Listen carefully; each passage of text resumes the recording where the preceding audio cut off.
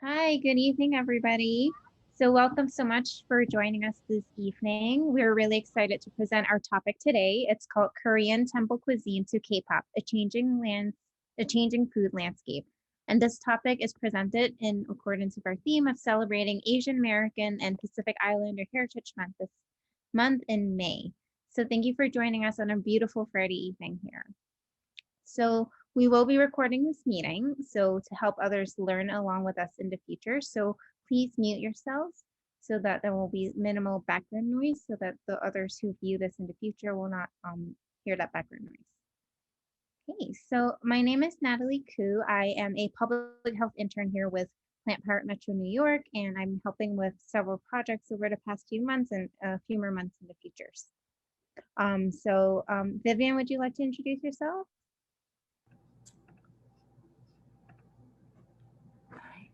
Hi everyone, my name is Vivian Lee and I am a Bronx organizer with Plant Powered Metro New York, and we're thrilled to have this with you, and thank you for choosing to spend your Friday night this evening with us to learn a little bit more about Korean culinary background, and I'll be presenting later on a brief demo. So for those who haven't joined us before or don't know much about Plant Powered Metro New York, this is an organization that empowers people to find better health and overcome chronic disease through whole food plant-based nutrition. We offer evidence-based education, resources, and support to create community and inspire change throughout the New York metropolitan area. So feel free to type in the chat box and introduce yourself, say where you're from. If you're not from New York, definitely a huge shout out to you. And as a reminder, again, please remember to mute yourself. And so now I'll be introducing our guest speaker for today. Dr. Eui Cheol Lee is the director of VegeDoctor, an organization made up of plant-based medical practitioners based in Korea. And he's the head of the Occupational and Environmental Medicine Center at the Sun Medical Hospital in Daejeon, Korea. He's a Korean certified lifestyle medicine physician. So Dr. Lee, thank you so much for joining us. I know this is, it's not evening for you, correct? So thank you so much. And we take it away. Good evening. My name is Eui Cheol Lee. As an occupational and environmental medicine specialist and certified lifestyle medicine specialist, I have been working in Korea for the past 10 years to treat and prevent chronic disease using whole food plant-based diet.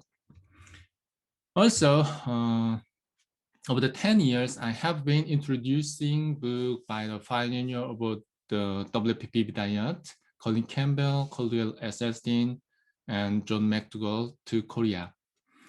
In February of this year, I published a book titled Slowly Whole Food Plant Diet, Whole Food Plant-Based Diet by collecting 10 years of experience.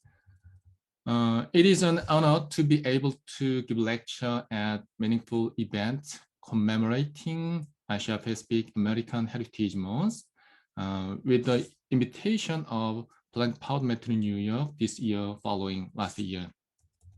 Today, I am going to tell you what is the essence of Korean traditional food culture, and I will tell you how this traditional food culture has changed and how the health status of Koreans have changed accordingly.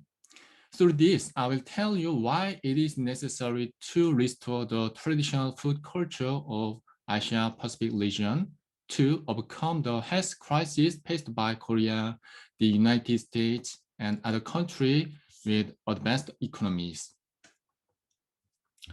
This year, the movie Minari in the United States received a lot of attention. Minari, water parsley in English, is a very popular dish in Korea. And there are many different dishes. Minari vinegar seasoning, stir-fried minari, minari gangsuke, meaning just cooked minari with vinegar lead paper paste, minari pancake, etc. If you enjoy the movie Minari, I hope you enjoy the Minari as a food now. If we take advantage of today's event to learn how to cook traditional Korean food, you will be able to enjoy the variety of plant-based food in very healthy, delicious, and exotic way. If there are unique features of Korean traditional food culture, I can mention 나물, 쌈, and kimchi. 나물 is a traditional way to Korean to enjoy vegetable, meaning a variety of edible grasses or vegetables, or seasoning food made with these ingredients. I think it can be seen as a kind of salad. 나물 can be divided into 생채, 숙채, 묵나물, depending on the cooking method of ingredients.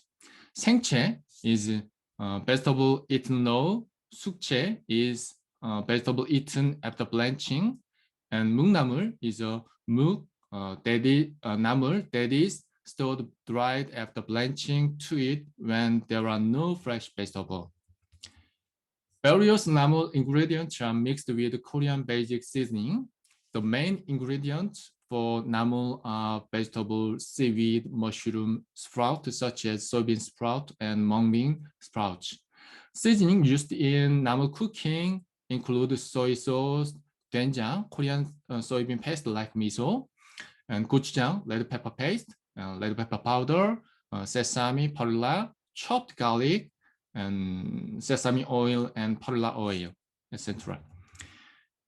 Among the huge variety of vegetables eaten as 나물 in Korea, the main type of vegetable eaten in spring are as follows. There are many kinds of 생채, 숙채, 묵나물 in spring. There are many other kinds of 나물 in other seasons. For example, 생채, vegetable that can be eaten raw, 달래, Korean wild chive, 쓴바위, twist, Iseridium, 돌나물, stringy stonecrop, 참나물, showfruit, pimpinella, 취나물, 더덕, bonnet bellflower roots. Sorry. 숙채, vegetables that need to be blanched, 냉이, shepherd's pulse, 고사리, eastern bracken pond, drupe, Korean angelica true short, 달래순, hard kiwi trisun, one tree, daylily, spinach, 머위, giant butterbur stem and leaf. 묵나물, vegetable dried after being blanched, 참나물, 고사리, 취나물, 두릅, 쑥, Korean mugwort, gobi, Asian royal fern. There are many kinds of vegetables for 나물. When various vegetables and herbs start to appear in the mountain and field in spring, Koreans go to the mountain and field to pick up vegetables and herbs. It is custom that cannot be found in any country in the world. If any Asian is picking vegetable and herb in the mountain or field in spring, it is very likely that they are Korean. Thanks to this, Korean is a huge variety of vegetable. More detailed information on 나물 can be found on Wikipedia.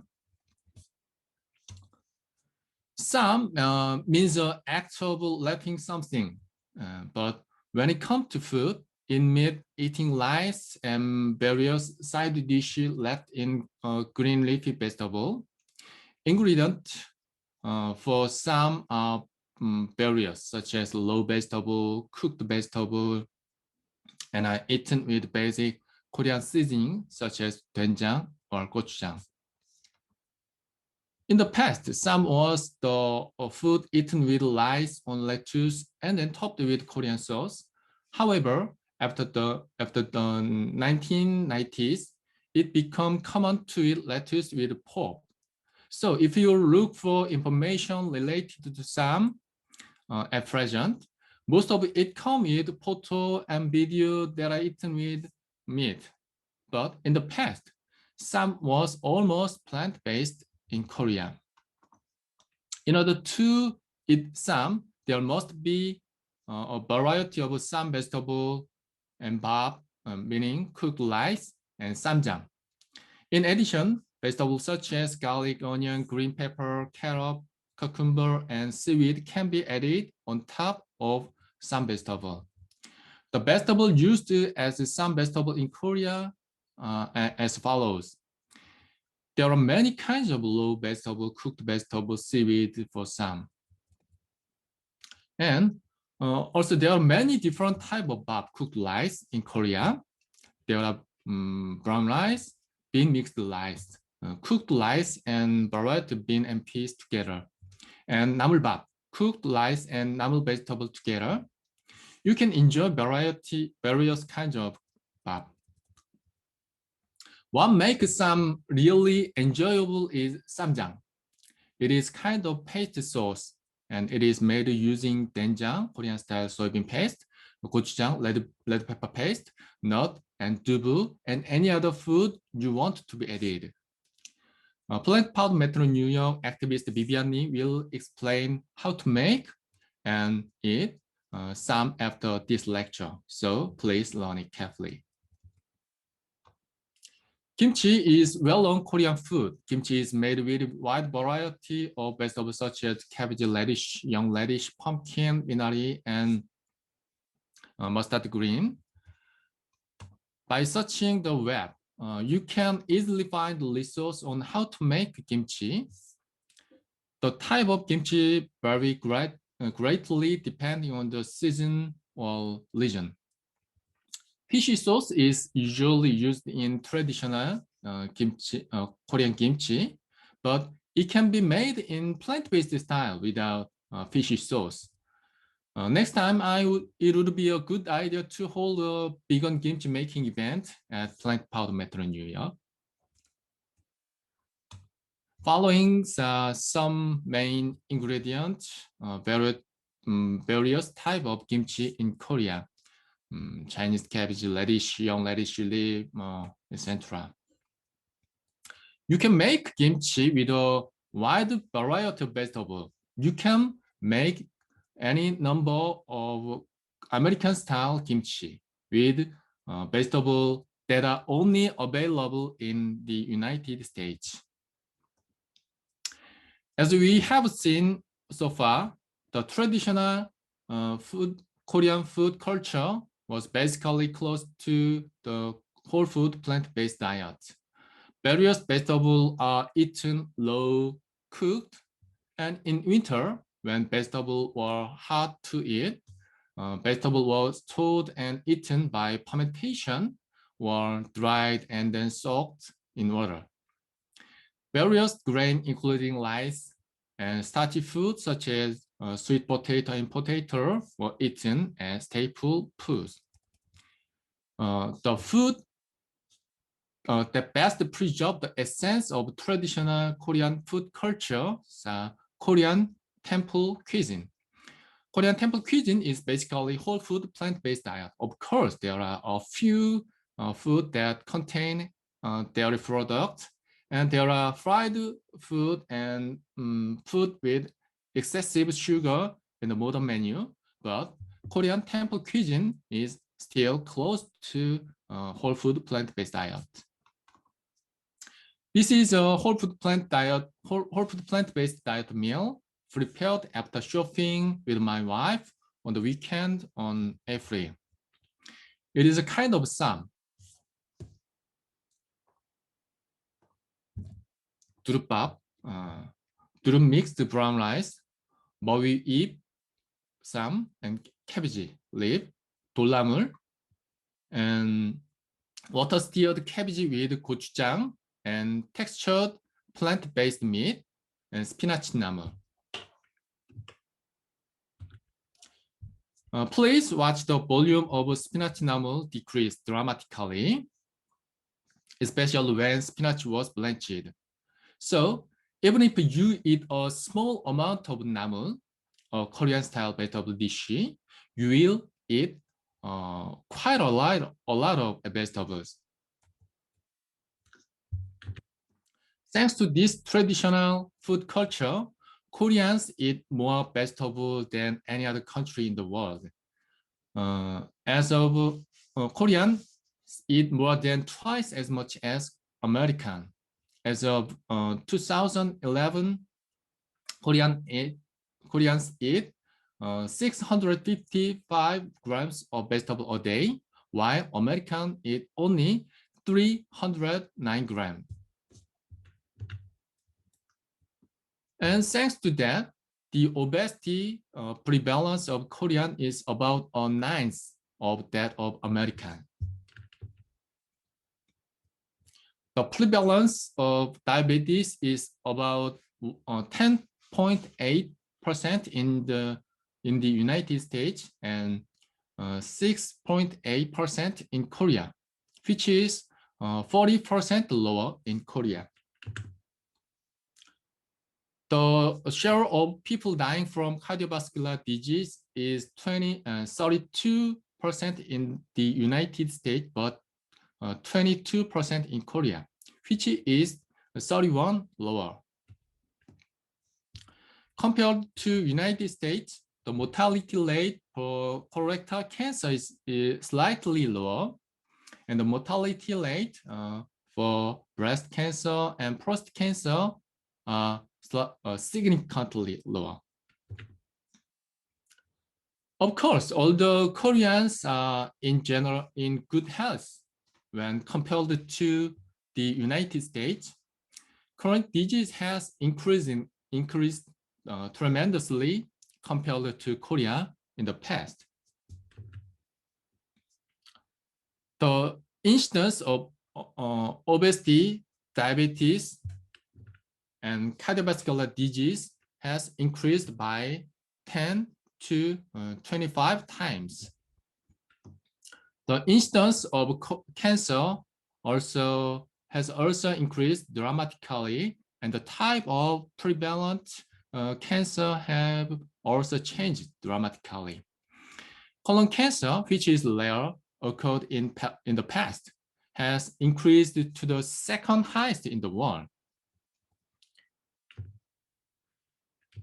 The incidence of Crohn's disease, a type of inflammatory bowel disease, increased from 0.05 per 100,000 in 1986 to 5.1 in 2007, a more than 100-fold increase in just 20 years.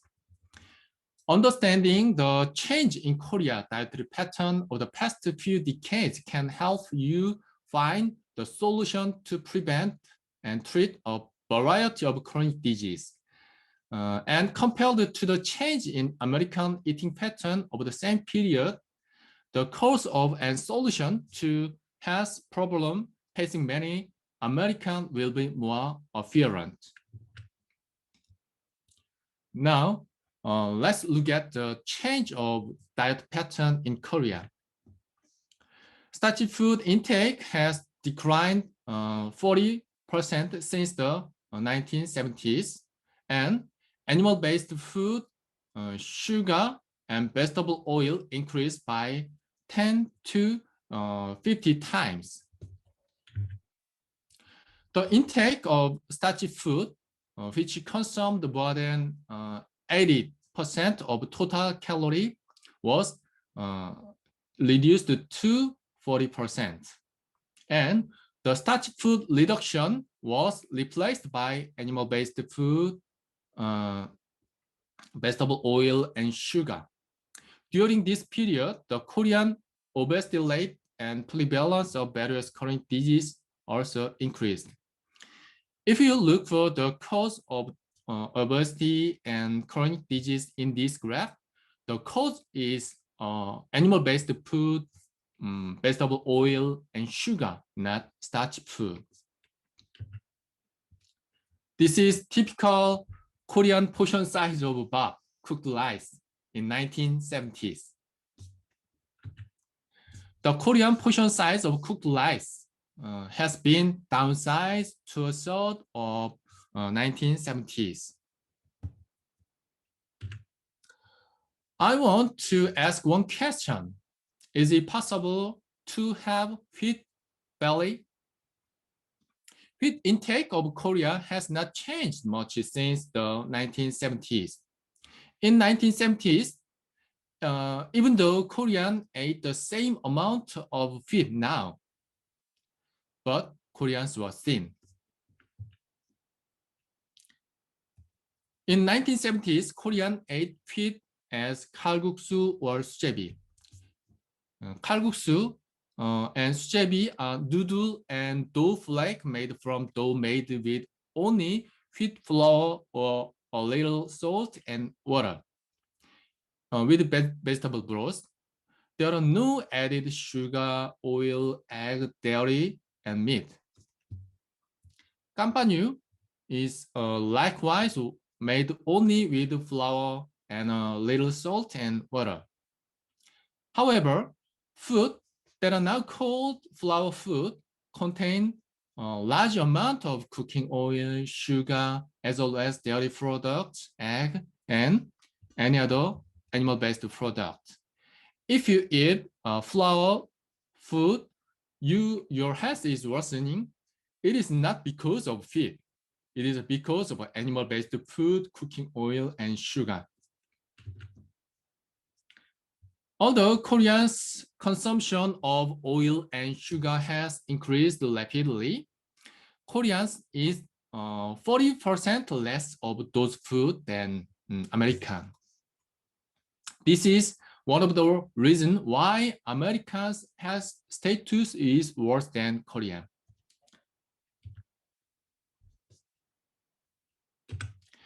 Americans eat 10 times more dairy product than Korean.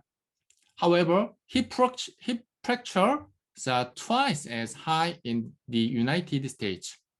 As a matter of fact, it is questionable whether milk or calcium, especially dairy calcium, can prevent fracture. Koreans are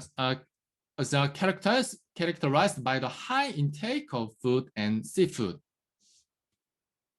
Among animal-based food, Koreans ate 2.7 times more fish and seafood than Americans.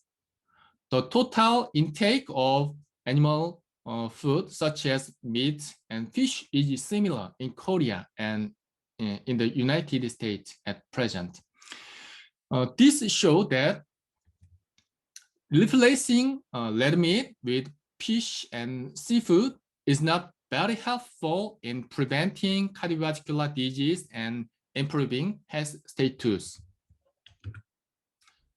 Koreans in 1970s and 2010s and 20s. Now you will be able to understand why the body shape of Korean has changed. This is traditional Korean meal. It consists of bap, cooked rice, and 3 to 4 vegetable side dishes, banchan, and soup and stew. Some leafy vegetable and doenjang can be optionally added. It's a whole food plant-based diet. These foods are also whole food plant-based diet. These foods are also whole food plant-based diet. Over the past few decades, we have looked at how the Korean diet has shifted away from the traditional diet and has become close to the westernized diet. It is the same period various chronic disease also increased. This change was not unique to Korea. In the United States, this change was made earlier. And in Asia, these changes are just on the way. Looking at this in holism, it is clear that cause of chronic disease. The traditional culture heritage of Asia Pacific, including Korea, can be an excellent solution to the health crisis and climate crisis facing the United States and other Western countries.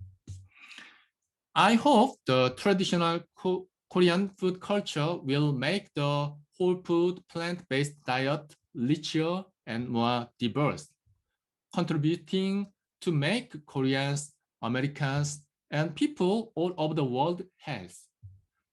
I hope that my lecture today will help in this change. Thank you for your attention.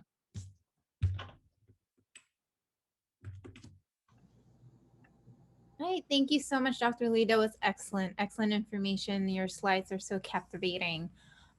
So at this point, we'll take any questions. Does anyone have any questions for Dr. Lee?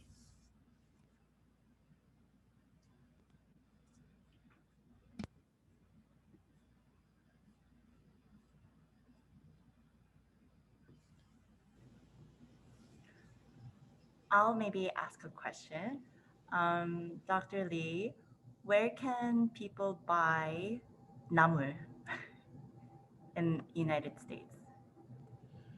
I don't know the situation of in the United States, but I know there are many Korean food market in the United States. You can buy variety kinds of namu one Korean seasoning that Korean food market. For those who live in New York, or I believe they're really across the US, H Mart is a popular Asian grocery market, so you can find some prepared namu dishes.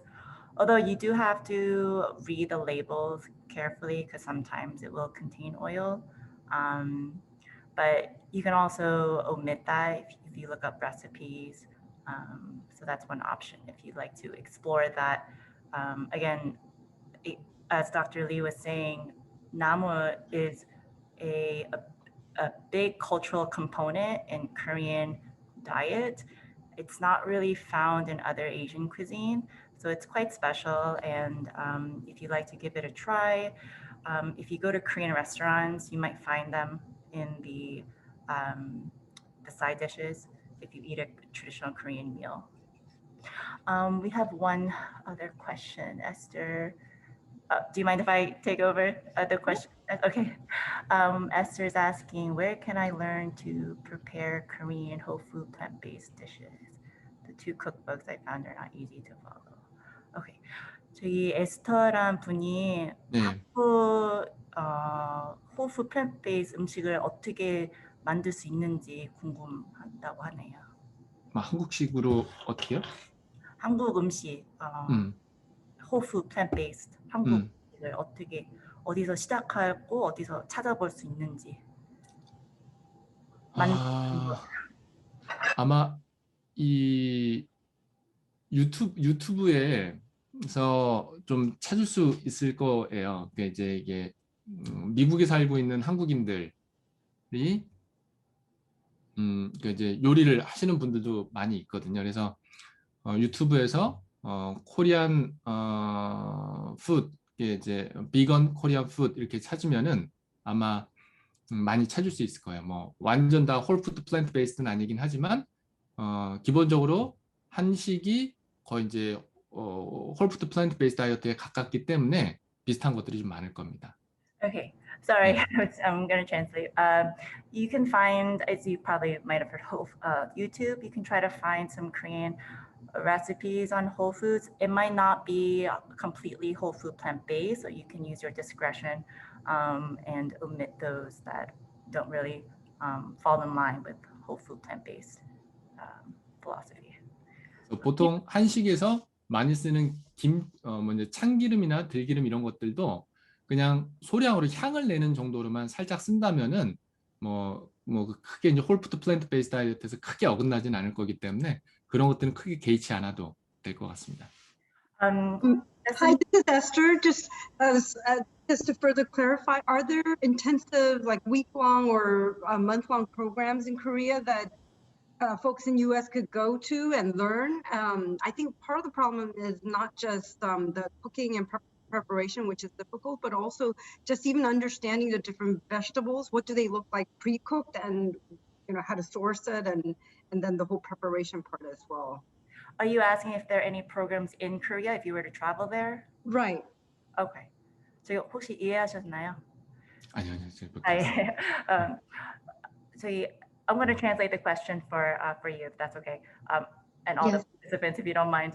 한국에 가게 되면은 이게 그런 한국 음식을 어떻게 준비하는 그 방법을 배울 수 있는 프로그램 같은 거 한 달 동안이나 그런 외국인한테 있는 프로그램이 있나요?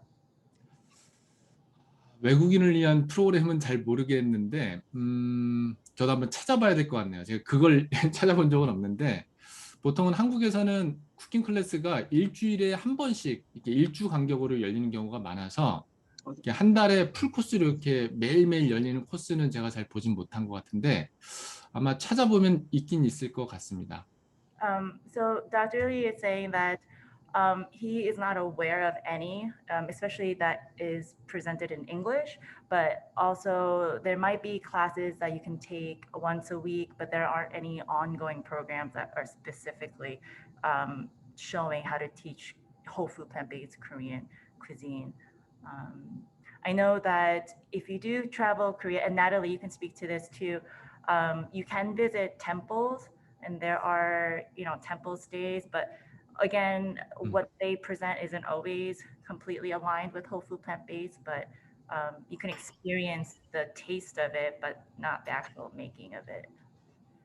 But he will look into it, and so if he lets us know, I will let you know. Yeah, thank you. That would be great. I'd love to get information about that, because when I travel through I've been to Korea, we went as family, and I've been to Thailand as well. In Thailand, there's all these cooking classes where the instructor takes you to the market and shows you the different vegetables and fruits and things like that. And that was very helpful.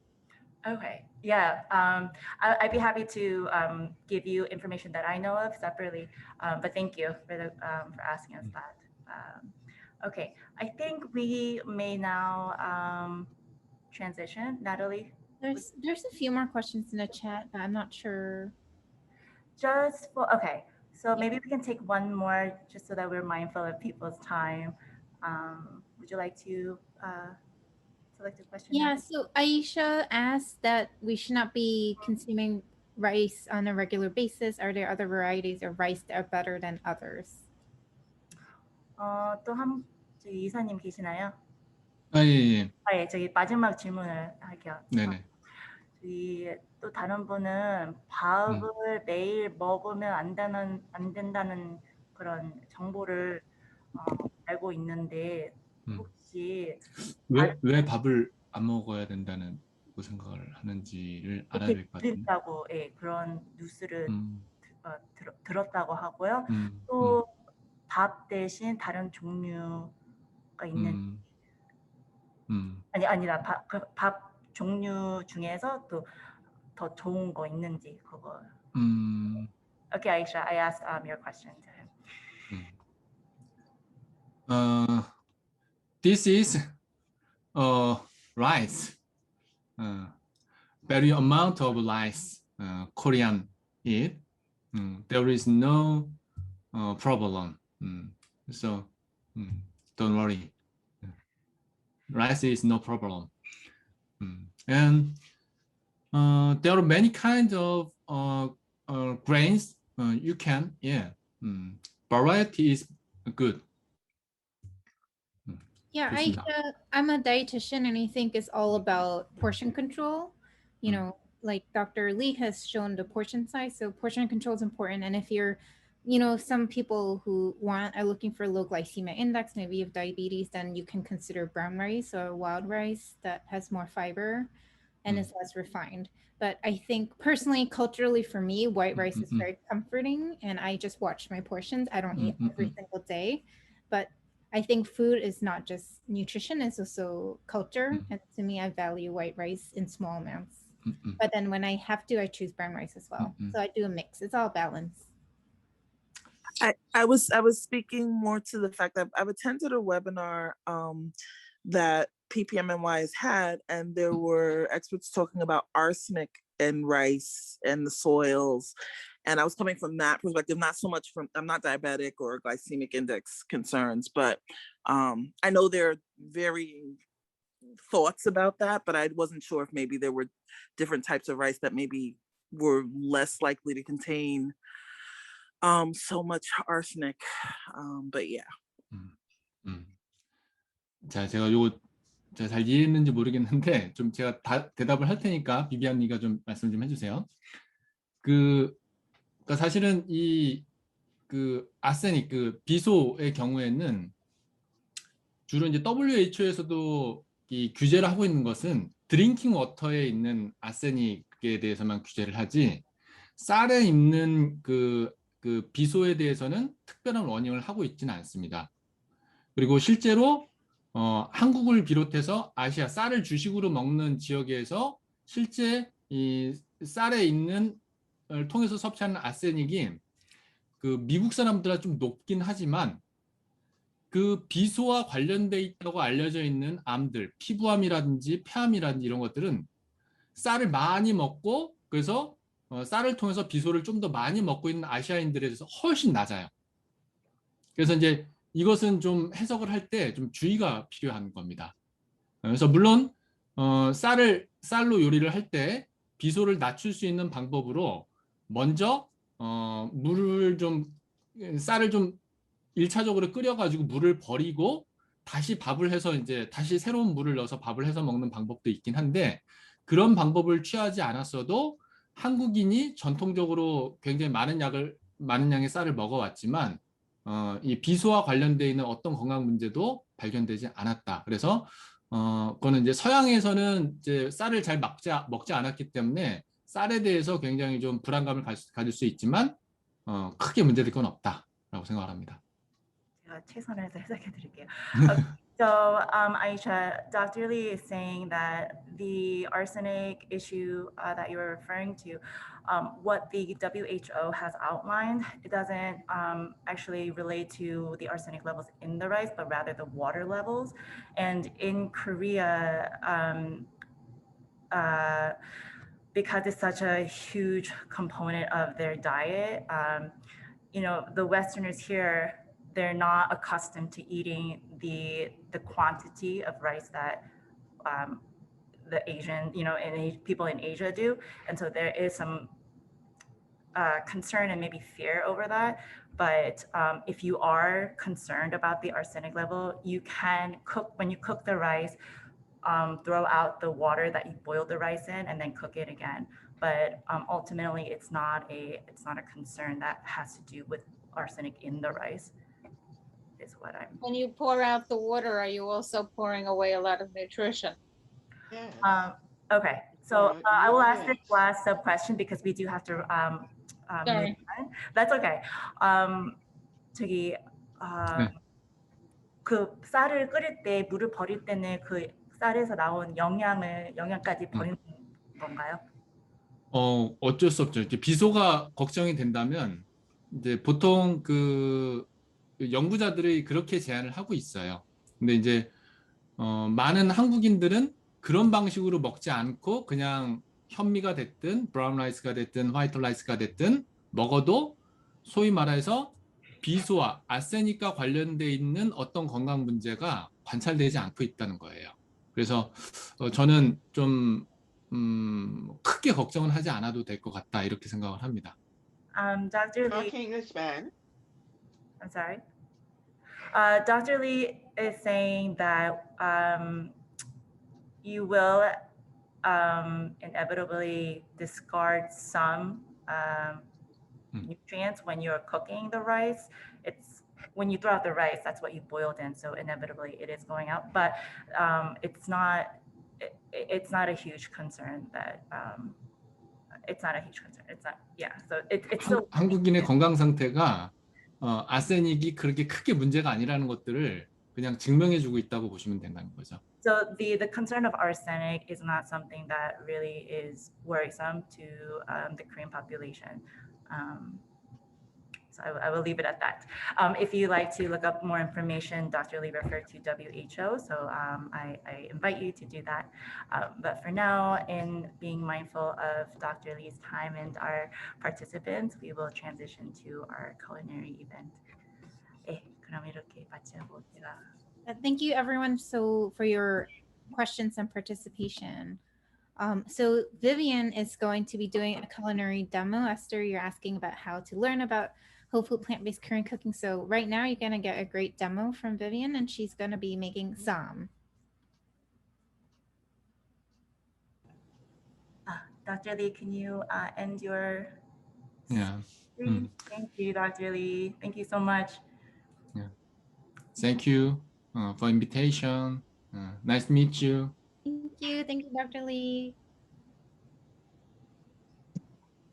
Okay, so I will pin my screen. Okay, so what I will present today is sort of a abridged version, and it's not the most traditional, but I will show you what you can do using the ingredients that are more accessible in your local grocery stores. So what I have prepared, what Dr. Lee was referring to, some refers to leafy lettuce, and I prepared some variety. So what I have here is the red leaf lettuce. And this is something that, for me personally, I grew up eating a lot of. So this is an option. And this is actually, I cut into quarters, but this is from Napa Cabbage. And this is raw. So this can be layered as well. And then I also have prepared blanched collard greens, and I sliced it in half and took out the hard stem. And so you can mix and match with cooked vegetables and raw vegetables. If you just want to eat raw, that's fine. If you just want to do cooked, that's okay too. And what I'm going to show you first is the spicy tofu. As Dr. Lee mentioned, traditionally what some is all vegetables, but it has grown to become a culture where meat is part of it. So this is we're going to use a tofu as something that provides a little more protein. So, and the recipe should be emailed to you. If not, you can say that you can express interest in the chat box, and you can put your email address and I will send that to you. Okay, so let me pull out my measurements so I give you the right ones.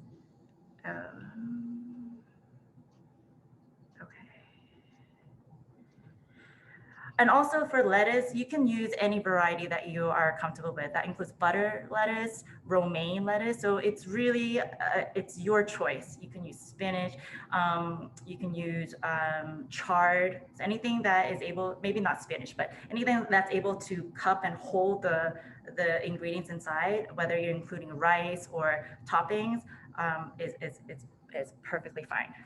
So what I'm going to do is take gochujang, which is red pepper paste, and this I found at Stop and Shop.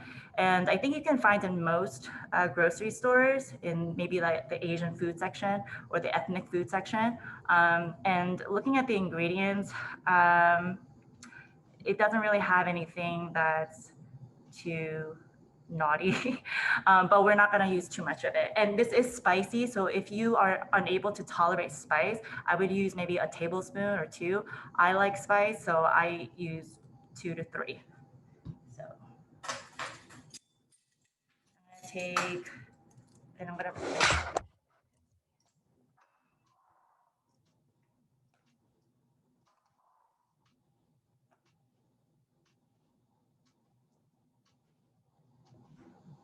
Has anyone tried gochujang? You can let us know in the chat box.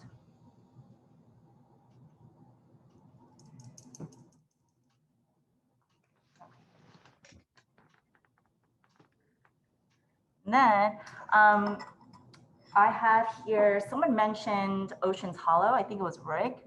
I'm using the no soy sauce. You can use soy sauce or tamari or liquid aminos. This is an option for those that are sensitive to soy. So I'm gonna put 2 tablespoons of this.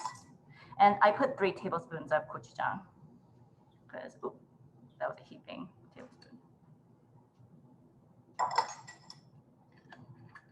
And Natalie, if anyone's asking questions, I can answer as I'm doing this. Yeah, I'm watching. It's mostly a discussion, so it's great. Oh, okay. And then instead of sugar here, and this is non-traditional, I'm going to use dates, and I've already soaked them and I drained them to soften them up. And so what I'm going to do, I have here 2 to 3 dates, and this will be nice to sweeten it. This will be perfect for those who can't tolerate spice, or if you're reducing the amount of gochujang, you can certainly add more dates. So I'm just going to chop it finely. Can you see that?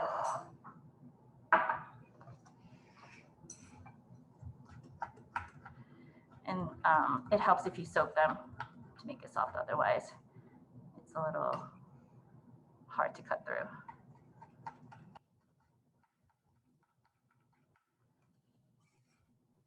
Add that there.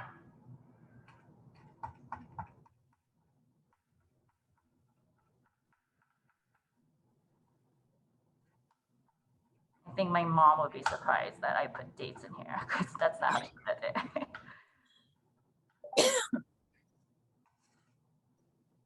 And then my last one.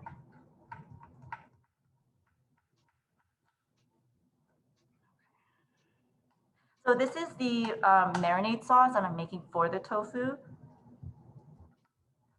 And I should also note that before I went on, I did go ahead and press my tofu. This I got an extra firm, and I took it out of the container. I washed it, and then I wrapped it in a paper towel. You can use a kitchen towel. And then I placed it on a cutting board, and then I weighed something heavy on it, another cutting board, and I weighed something heavy on it to bring out the excess moisture. And that will help to make it a little bit more similar to a meat texture. So I would not recommend using soft. I would recommend extra firm or firm.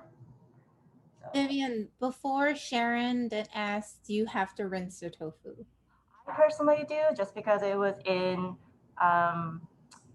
it's been in the stores for a while, so I'm just used to just rinsing it. It's just a quick rinse. Okay, and the pressing of the tofu, I pressed it for about 30 minutes. The longer you let it press, the more liquid more liquid will come out. But if you're in a pinch, for time, 20 minutes should be okay. Okay, so I have my gochujang, I have my no soy sauce, my dates, and I have median, which is sweetened sake. So I put a tablespoon of that.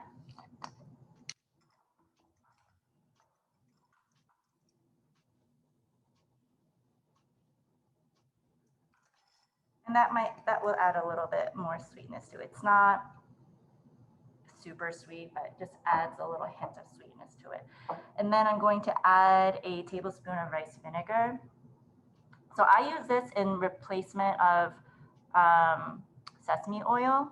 And what I forgot to mention was when Dr. Lee said that if you end up using a little bit of sesame oil to kind of grease the pan, that's fine, but not, he doesn't recommend consuming, heaping amounts of the sesame oil. So did I put I can't remember, did I put the rice vinegar in? I think I did. Okay. Oh, and this is completely optional. This is the dried red pepper flakes. And this is also quite spicy too. So if you can't tolerate spice, you can take this out. So I'm going to use a tablespoon of this, and you can find this again at H Mart or a local Asian grocery store. These should be easy to find. Although I haven't seen them in American grocery stores. It's really good. I would say that's a good way to level up the spice if you don't want to use more gochujang, because the gochujang has like it's a little bit like sweetened and it's like has salt in it. If you're trying to like cut down on like adding more sugar and salt, then you can just do the powder, which adds some spice. Yes. And then I have a tablespoon of minced garlic, because we love garlic.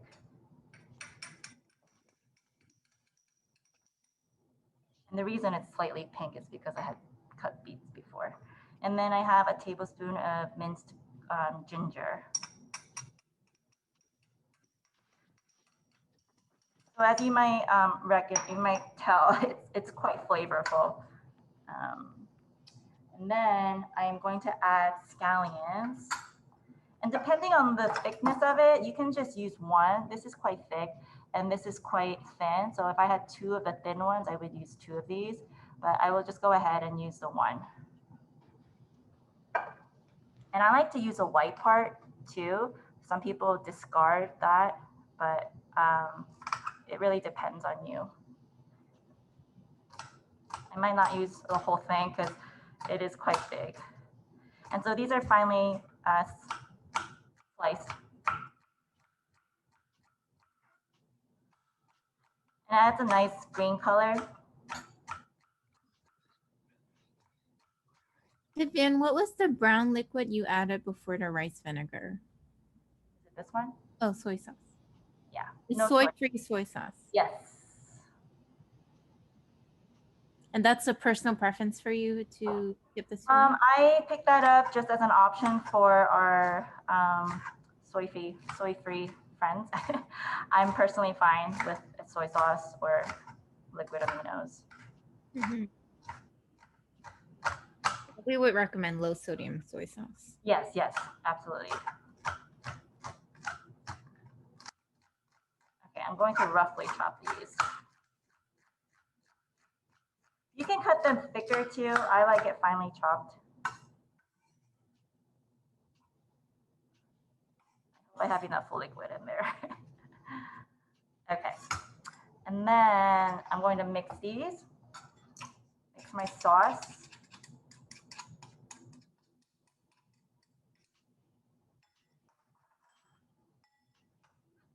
And I can tell you it's very spicy because my eyes are starting to water, but I like it anyway. Can anyone else relate?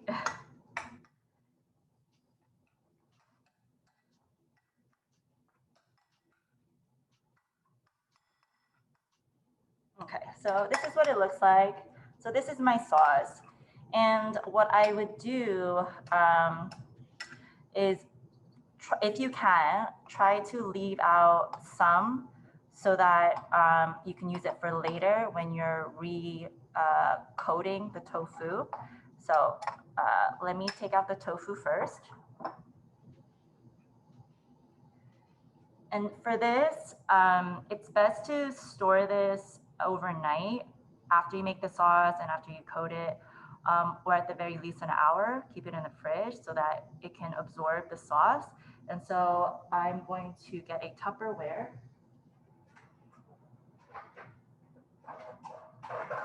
To put my tofu in later. And so for this, I'm going to cut it in, I would say, less than an inch thick into slices.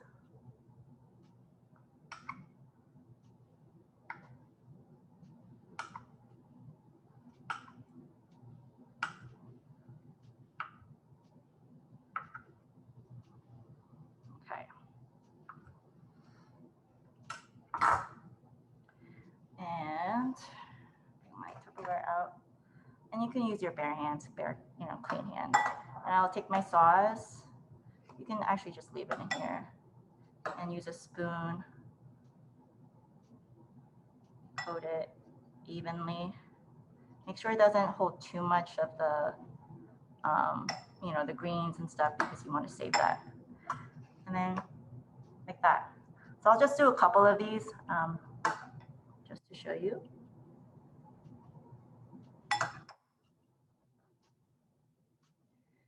After you've marinated them and you take them out the next day, you'll want to use some of that remaining sauce to recoat it at the end in case they sort of dry out.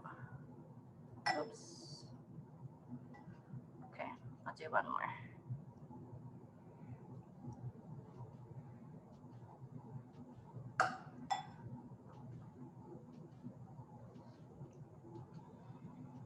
It smells really, really good.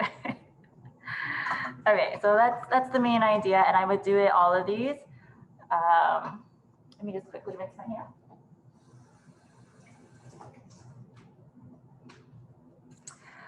And then I would store these in the fridge. I'm gonna close it, keep it in the fridge, and let that marinate.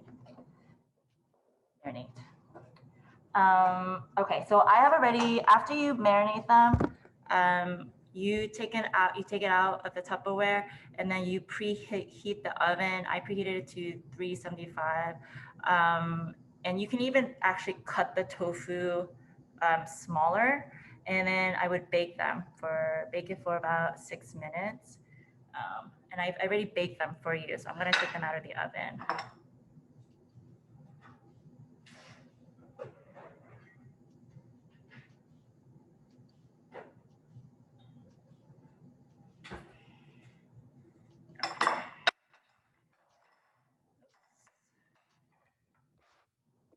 So this is what it looks like.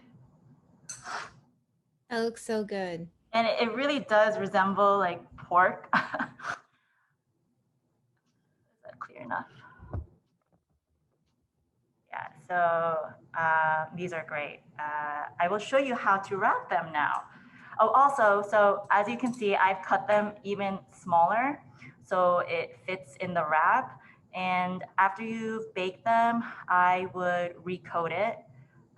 That's where your remaining sauce comes in handy. And then in the instructions, I say to bake for 6 minutes and then reapply it and then bake it again. Or you can do it at the very end. It's really up to you. Okay. So I will show you how to wrap all of this together. So I have also prepared some brown rice. You don't have to include rice in this, but I grew up eating the sam with the rice in it, so I will show you that. But it's completely optional. You can make it light by omitting the rice. Okay. And So your tofu baked on a pan, then you put it on a rack? so yes, I put it on when I marinated it, I took it out. I actually cut it first. Mm-hmm. And then I put it on a rack like this. Oh, so you baked it right on the rack? Yeah. Okay, that's a joke question. Yeah, if you don't have a rack, I personally haven't tried it with the like a cookie sheet, but if you want to line it with parchment paper, you can. But if you have a cooking rack, I think it's better because you have to flip it over and it's less likely to stick. It shouldn't stick, but that's my preference. Okay, I've also have some cut raw vegetables, carrots, red pepper, yellow pepper, and some normally it's not included in a traditional Korean sam, but again, I like to include a lot of color. So again, these are my leafy greens. One option, so you just hold it. You know, a lot of you probably are accustomed to, you know, lettuce wraps. So let me just pull up.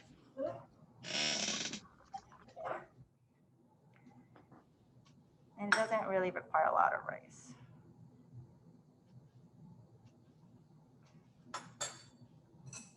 I'm gonna take my spicy tofu. And then, you know, this really is enough for me. Dr. Lee mentioned samjang, which is sauce. If you marinated this, you don't really need the sauce because this already comes packed with flavor, unless you want more spice. And then you can also add kimchi if you want to this, and then you just wrap it up and that's it. Again, I mentioned layering. You can layer, you know, maybe this one because it's bigger, the red leaf lettuce, and then the Napa cabbage. And this is rinsed, this is raw too. And the same thing. I've also steamed Napa cabbage, so you can do that too. This is a little thicker, so it might require a little bit more time. It's blanched, but it does require, I just let it sit in the boiling water for about a minute or so. But for the collard greens, it was literally 5 seconds in, and then I took it out, and it's a lot more pliable because this is the raw form. And as some of you already know, it can be a little hard to have it wrapped in place. So that's why I like this one. So I'll show you this and maybe some color.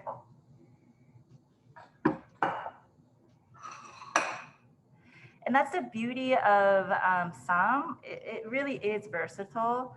I really wish I had the perilla leaves because that is very quintessentially Korean, but they're not in season. Or if, we like to grow them in the summer, and I don't have them right now, but perilla leaves also have a very distinct taste. If you are not familiar with it, it can taste quite bitter.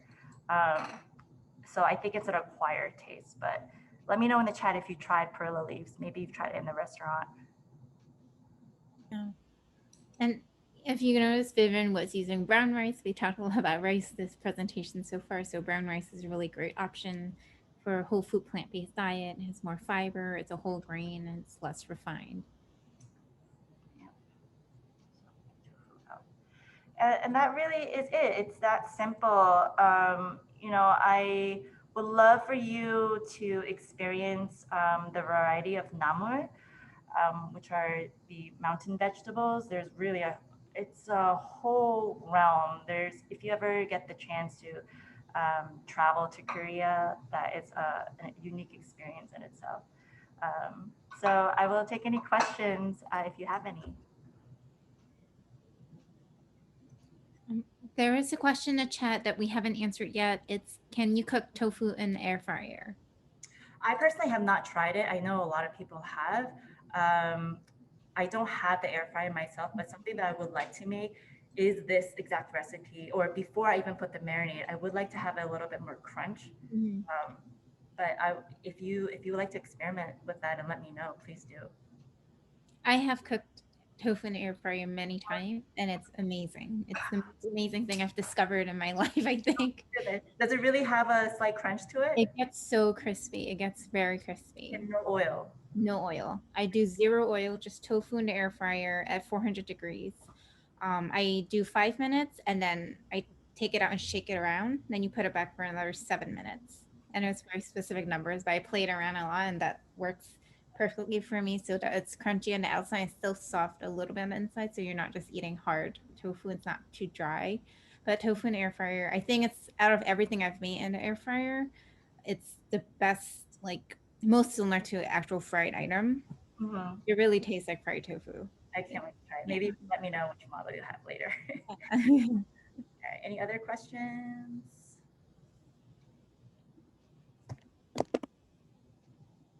Virginia is asking, do you cook the lettuce leaves? These lettuce, I don't cook. These are the green. They have the red leaf lettuce, and then there's a green leaf lettuce. I don't cook these. I actually appreciate the crunchiness to it, so I've never eaten them cooked. But the Napa cabbage, it might taste too raw, if you know what I mean, to some people. But if that is the case, then you can steam it or blanch this as well. And it does make it a little bit more pliable. But this is actually the upper part of, so this is a full leaf. And it's quite big. So what I've done was cut off the top portion so that way I can bend or wrap it. This is hard to wrap. It's quite thick. All right. If there's anyone who has not received the recipe, please let me know your email address and I will gladly send that over. the recipe is of the tofu itself. The leafy greens, it's really up to you. There's just so many choices. You can eat it raw, cooked, steamed.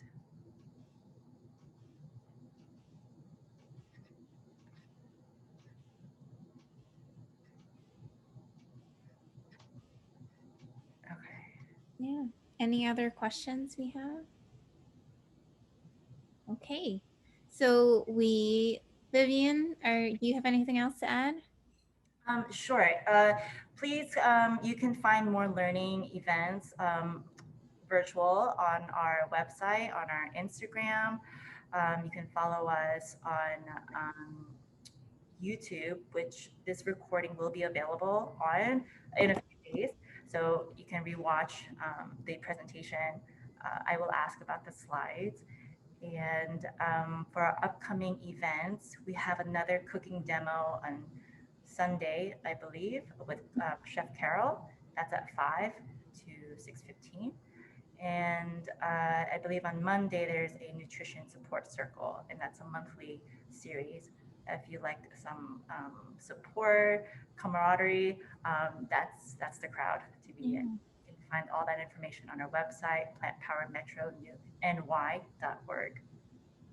Yeah, and keep just searching the website. There's an event calendar with a lot of events and demos. We also have a family fitness fun workshop that is cooking demos that you can do as a family to get our kids. So they're kid-friendly recipes. We just did one on this past Sunday, and it's once a month. So not just for everyone in this group. If you want to join with your family and kids, that's a great session too. So with that, thank you so much for your participation. We're really happy that you could be here with us, and we hope to see you again